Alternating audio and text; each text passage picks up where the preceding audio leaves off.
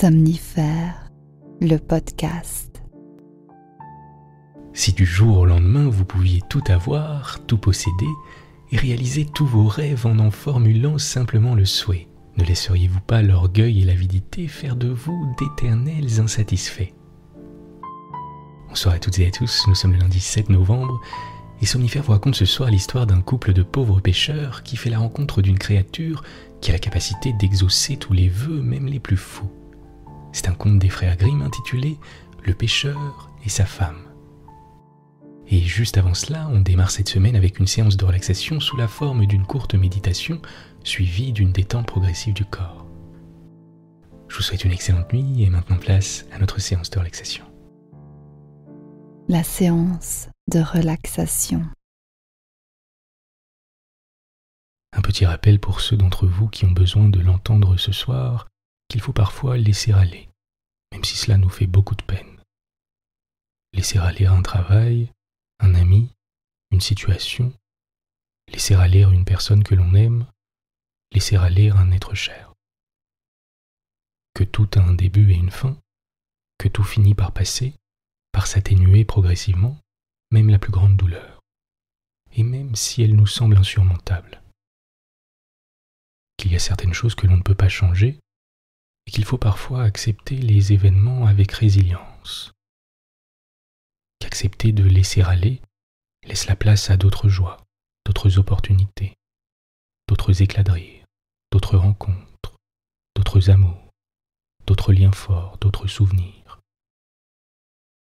Et enfin, que vous traverserez cette étape comme vous avez tout traversé jusqu'ici. Adoptez la position que vous souhaitez, tâchez d'être à l'aise, en posant éventuellement une main sur votre ventre si votre position le permet. Et pendant la prochaine minute, on ne va rien faire d'autre que de tranquillement porter notre attention sur notre respiration.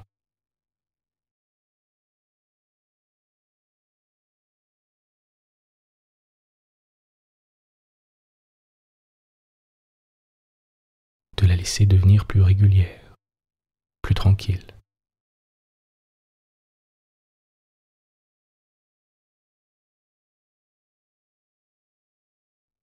Et de simplement se laisser bercer par elle.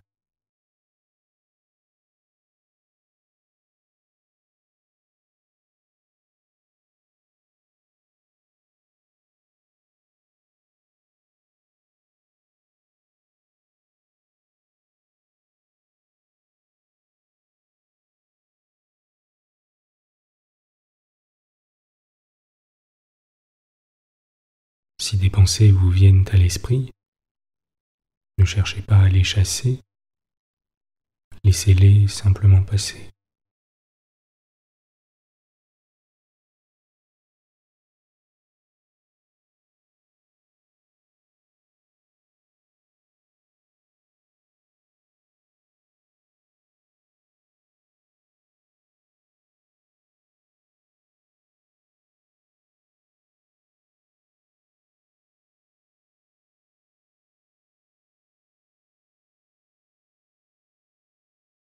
Le point entre vos deux sourcils se détend.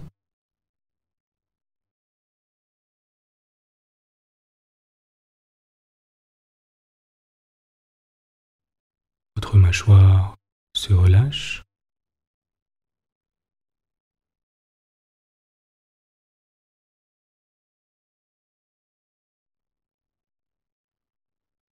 Votre front se lisse.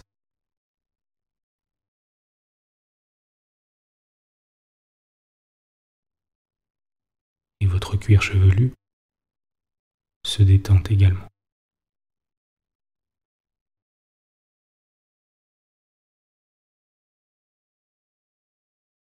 Relâchez votre ventre,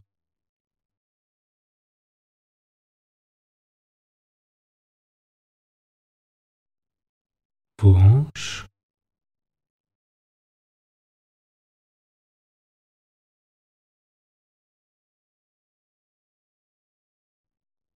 vos cuisses.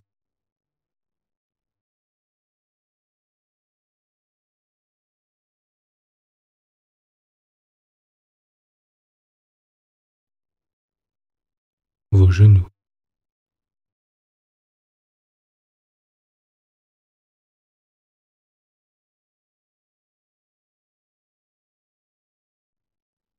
vos mollets,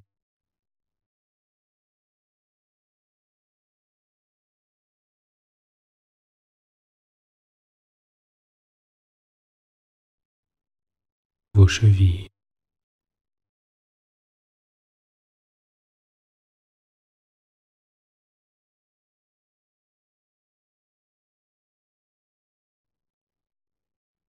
et enfin vos pieds.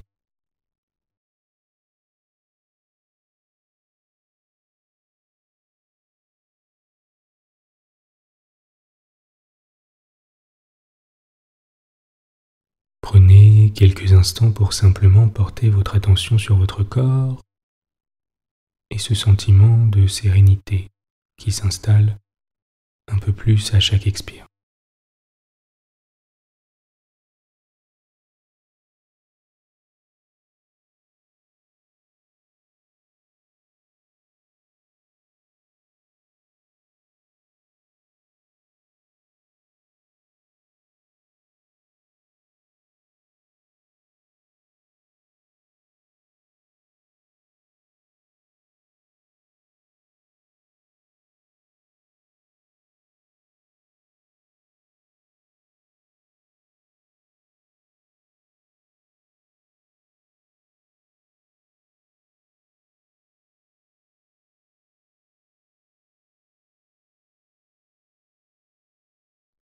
Vous êtes calme et détendu. L'histoire du soir. Il y avait une fois un pêcheur et sa femme qui habitaient ensemble une cahute au bord de la mer. Le pêcheur allait tous les jours jeter son hameçon, et il le jetait et le jetait encore. Un jour, il était assis près de sa ligne sur le rivage, le regard tourné du côté de l'eau limpide, et il restait assis, toujours assis. Tout à coup, il vit l'hameçon plonger et descendre profondément.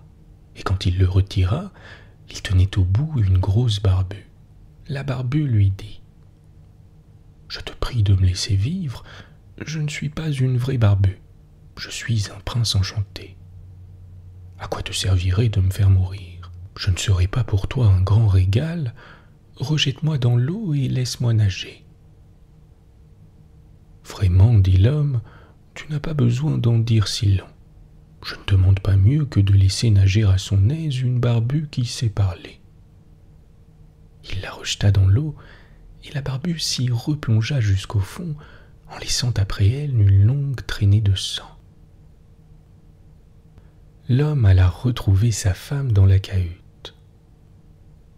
« Mon homme, lui dit-elle, n'as-tu rien pris aujourd'hui ?»« Non, dit l'homme. J'ai pris une barbue qui m'a dit qu'elle était un prince enchanté, et je l'ai laissée nager comme auparavant. »« N'as-tu rien demandé pour toi ?» dit la femme. « Non, dit l'homme. Et qu'aurais-je demandé ?»« Ah, dit la femme, c'est pourtant triste d'habiter toujours une cahute sale et infecte comme celle-ci. Tu aurais pu pourtant demander pour nous une petite chaumière. Retourne et appelle la barbue. Dis-lui que nous voudrions avoir une petite chaumière, elle fera cela certainement. Tu l'as prise et tu l'as laissée nager comme auparavant. Elle le fera. Vas-y sur le champ. » L'homme ne s'en souciait point, pourtant il se rendit au bord de la mer, et quand il y fut, il la vit toute jaune et toute verte. Il s'approcha de l'eau et dit « Tararondin, tararondin, petit poisson, gentil fretin. Mon Isabeau crie et tempête, il en faut bien faire à sa tête. » La barbue s'avança vers lui et lui dit « Que veut-elle donc ? Je t'ai prise tout à l'heure. Ma femme prétend que j'aurais dû te demander quelque chose. Elle s'ennuie de demeurer dans une cahute, elle voudrait bien avoir une chaumière. »« Retourne sur tes pas, dit la barbue, elle l'a déjà. » L'homme s'en retourna, et sa femme n'était plus dans sa cahute. À sa place était une petite chaumière, et sa femme était assise à la porte sur un banc. Elle le prit par la main et lui dit « Entre donc et regarde, cela vaut pourtant bien mieux. » Ils entrèrent, et dans la chaumière était une jolie petite salle, une chambre où étaient placés leurs lits, une cuisine et une salle à manger avec une batterie de cuivre et d'étain très brillants, et tout l'attirail d'un service complet. Derrière était une petite cour avec des poules et des canards, et un petit jardin avec des légumes et des fruits. « Vois, dit la dame, n'est-ce pas joli ?» « Oui, dit l'homme, restons comme cela, nous allons vivre vraiment heureux. » « Nous y réfléchirons, dit la femme. Là-dessus, ils mangèrent et se mirent au lit. Cela alla bien ainsi pendant 8 ou 15 jours, puis la femme dit « Écoute, mon homme, cette chaumière est aussi trop étroite, et la cour et le jardin sont si petits. La Barbue aurait bien pu, en vérité, nous donner une maison plus grande. J'aimerais à habiter un grand château en pierre. Va trouver la Barbue, il faut qu'elle nous donne un château. » « Ah, dit l'homme, cette chaumière est vraiment fort bien, à quoi bon servirait d'habiter un château ? » « Mais, dit la femme, vas-y, la Barbue peut très bien le faire. » « Non, dit l'homme, la Barbue vient tout justement de nous donner cette chaumière, je ne veux pas retourner vers elle, je craindrais de l'importuner. »« Vas-y, dit la femme, elle peut le faire, elle le fera volontiers. Va, te dis-je. » L'homme sentait cette démarche lui peser sur le cœur et ne se souciait point de l'affaire. Il se disait à lui-même « Cela n'est pas bien. » Pourtant, il obéit. Quand il arriva près de la mer, l'eau était violette et d'un bleu sombre, grisâtre et prête à se soulever. Elle n'était plus verte et jaune comme auparavant, pourtant elle n'était point agitée. Le pêcheur s'approcha et dit « Tararondin, tararondin, petit poisson, gentil fretin. Mon Isabeau crie et tempête, il en faut bien faire à sa tête. » « Et que veut-elle donc ?» dit la Barbue.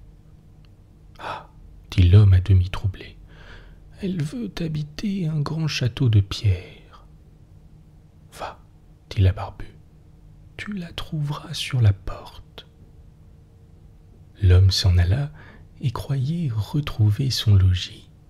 Mais comme il approchait, il vit un grand château de pierre, et sa femme se tenait en haut du perron. Elle allait entrer dans l'intérieur. Elle le prit par la main et lui dit « Entre avec moi. » Il la suivit, et dans le château était un vestibule immense dont les murs étaient plaqués de marbre.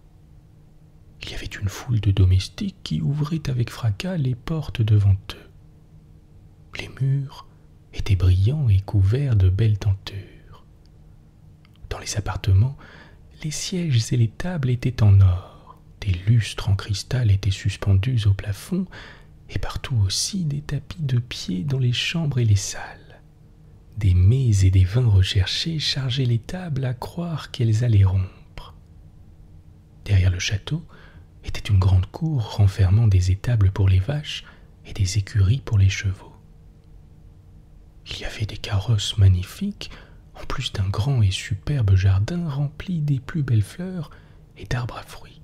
« Eh bien, dit la femme, cela n'est-il pas beau ?»« Ah oui, dit l'homme, tenons-nous-en là. Nous habiterons ce beau château et nous vivrons contents. »« Nous y réfléchirons, dit la femme. Dormons là-dessus d'abord. » Et nos gens se couchèrent. Le lendemain, la femme s'éveilla comme il faisait grand jour, et de son lit elle vit la belle campagne qui s'offrait devant elle. L'homme étendait les bras en s'éveillant. Elle le poussa du coude et dit : « Mon homme, lève-toi et regarde par la fenêtre. Vois, ne pourrions-nous pas devenir rois de tout ce pays ? Va trouver la Barbue, nous serons rois. » « Ah, dit l'homme, pourquoi serions-nous rois ? Je ne m'en sens nulle envie. » Bon, dit la femme, si tu ne veux pas être roi, moi je veux être reine. Va trouver ta Barbue, je veux être reine. Ah, dit l'homme, pourquoi veux-tu être reine ? Je ne me soucie point de lui dire cela. Et pourquoi pas, dit la femme, vas-y à l'instant, il faut que je sois reine. L'homme y alla, mais il était tout consterné de ce que sa femme voulait être reine. Cela n'est pas bien, cela n'est vraiment pas bien, pensait-il. Je ne veux pas y aller. Il y alla pourtant. Quand il approcha de la mer, elle était d'un gris sombre, l'eau bouillonnait du fond à la surface et répandait une odeur fétide. Il s'avança et dit : « Tararondin, tararondin, petit poisson gentil fretin, mon Isabeau crie et tempête, il en faut bien faire à sa tête. » « Et que veut-elle donc ? dit la Barbue. »« Ah, dit l'homme, elle veut devenir reine. »« Retourne, elle l'est déjà, dit la Barbue. » L'homme partit, et quand il approcha du palais, il vit que le château s'était de beaucoup agrandi. Des gardes étaient en sentinelle à la porte, et il y avait là des soldats en foule avec des trompettes et des timbales. Comme il entrait dans l'édifice, il vit de tous côtés le marbre le plus pur, enrichi d'or. Il y avait des tapis de velours et de grands coffres d'or massif. Les portes de la salle s'ouvrirent. Toute la cour y était réunie. Sa femme était assise sur un trône élevé, tout d'or et de diamants. Elle portait sur la tête une grande couronne d'or, et elle tenait dans sa main un sceptre d'or pur garni de pierres précieuses. Et à ses côtés étaient placées sur un double rang 6 jeunes filles, plus petites de la tête l'une que l'autre. Il s'avança et dit : « Ah, femme, te voilà donc reine. »« Oui, dit-elle, je suis reine. »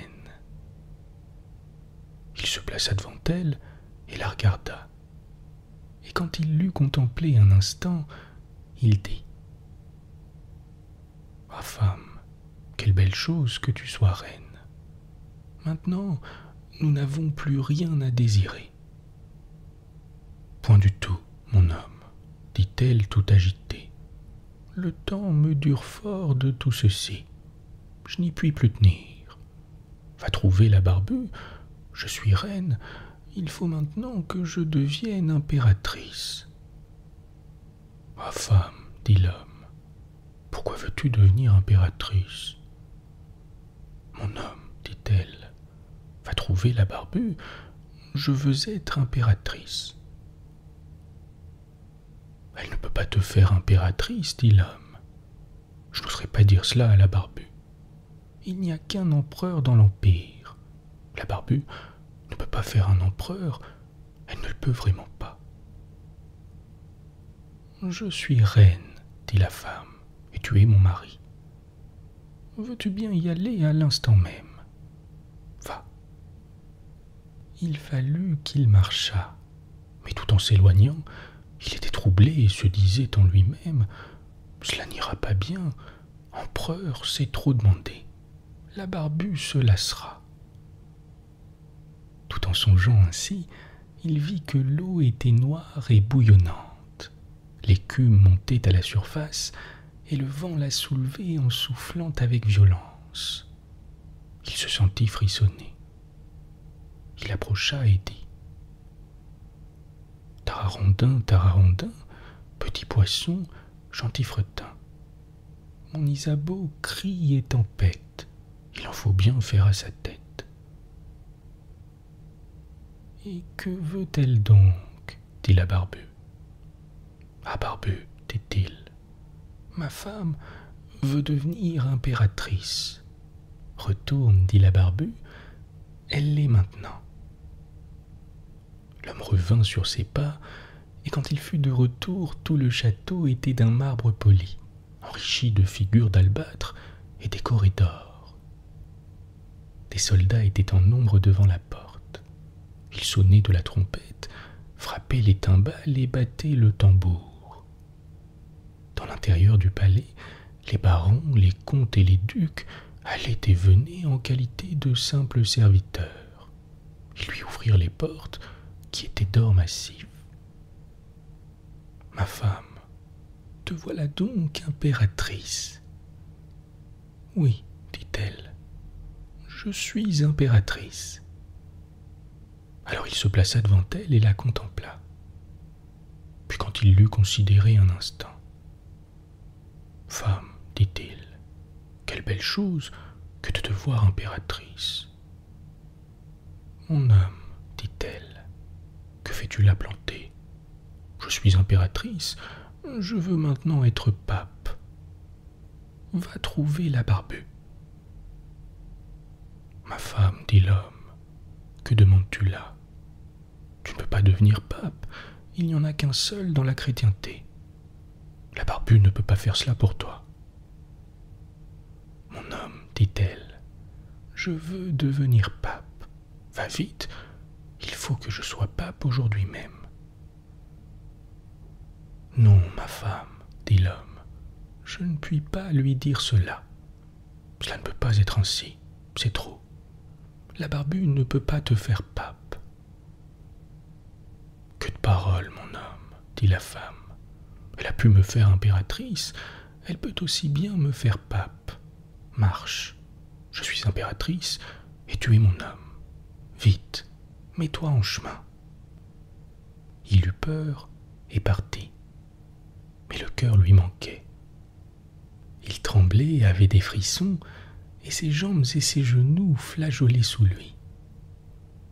Le vent soufflait dans la campagne, les nuages couraient, et l'horizon était sombre vers le couchant. Les feuilles s'agitaient avec bruit sur les arbres.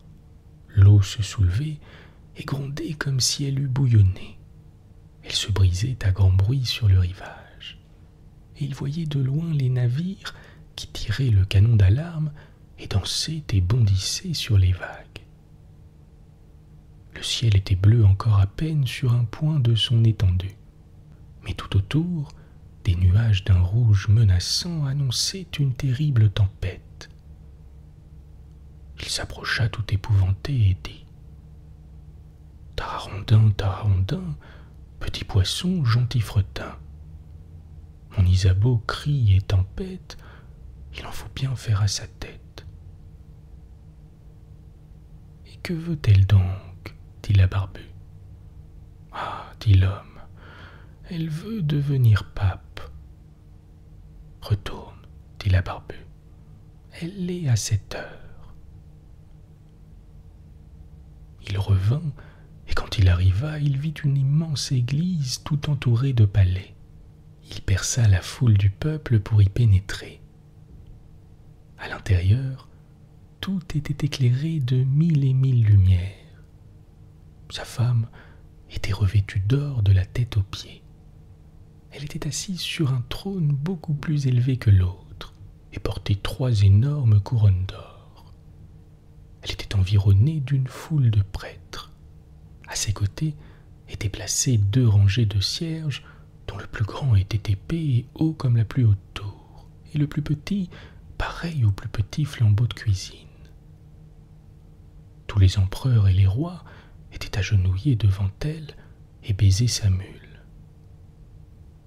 « Ma femme, dit l'homme en la contemplant, il est donc vrai que te voilà pape. »« Oui, dit-elle, je suis pape. » Alors il se plaça devant elle et se mit à la considérer. Il lui semblait qu'il regardait le soleil. Et quand il l'eut contemplé un moment, « Ma femme, dit-il, quelle belle chose que de te voir pape. Mais elle demeurait roide comme une souche et ne bougeait pas. Il lui dit: Ma femme, tu seras contente maintenant, te voilà pape. Tu ne peux pas désirer d'être quelque chose de plus. J'y réfléchirai, dit la femme. Là-dessus, ils allèrent se coucher. Mais elle n'était pas contente. L'ambition l'empêchait de dormir, et elle pensait toujours à ce qu'elle voudrait devenir. L'homme dormit très bien et profondément. Mais la femme ne put s'assoupir un instant. Elle se tourna d'un côté sur l'autre pendant toute la nuit, pensant toujours à ce qu'elle pourrait devenir. Elle ne trouvait plus rien à imaginer. Cependant, le soleil se levait, et quand elle aperçut l'aurore, elle se dressa sur son séant et regarda du côté de la lumière. Lorsqu'elle vit que les rayons du soleil entraient par la fenêtre. « Ah, pensa-t-elle, ne puis-je aussi commander de se lever au soleil et à la lune ? Mon homme, dit-elle en le poussant du coude, réveille-toi, va trouver la Barbue, je veux devenir pareil au bon Dieu. » L'homme était encore tout endormi, mais il fut tellement effrayé qu'il tomba de son lit. Il pensa qu'il avait mal entendu. Il se frotta les yeux et dit: « Ma femme, que dis-tu ? » « Mon homme, dit-elle, si je ne peux pas ordonner au soleil et à la lune de se lever, et s'il faut que je les voie se lever sans mon commandement, je n'y pourrai tenir. Je n'aurai pas une heure de bon temps. Je songerai toujours que je ne puis les faire lever moi-même. » Et en disant cela, elle le regarda d'un air si effrayant qu'il sentit un frisson lui courir par tout le corps. « Marche à l'instant, je veux devenir pareil au bon Dieu. »« Ma femme, dit l'homme en se jetant à ses genoux, la Barbue ne peut pas faire cela. Elle peut bien te faire impératrice et pape, mais je t'en prie, rentre en toi-même et contente-toi d'être pape. » Alors elle se mit en fureur. Ses cheveux volèrent en désordre autour de sa tête. Elle déchira son corsage et donna à son mari un coup de pied en criant: « Je n'y tiens plus, je n'y puis plus tenir. Veux-tu marcher à l'instant même ?» Alors il s'habilla rapidement et se mit à courir comme un insensé. Mais la tempête était déchaînée. Elle grondait si furieuse qu'à peine il pouvait tenir sur ses pieds. Les maisons et les arbres étaient ébranlés, les éclats de rochers roulaient dans la mer. Le ciel était noir comme de la poix. Il tonnait, il éclairait, et la mer soulevait des vagues noires aussi hautes que des clochers et des montagnes. À leur sommet, elles portaient toute une couronne blanche d'écume. Il se mit à crier, à peine lui-même pouvait-il entendre ses propres paroles. « Tararondin, tararondin, petit poisson gentil-fretin. Mon Isabeau crie et tempête, il en faut bien faire à sa tête. » « Et que veut-elle donc ?» dit la Barbue. « Ah, dit-il, elle veut devenir pareille au bon Dieu. »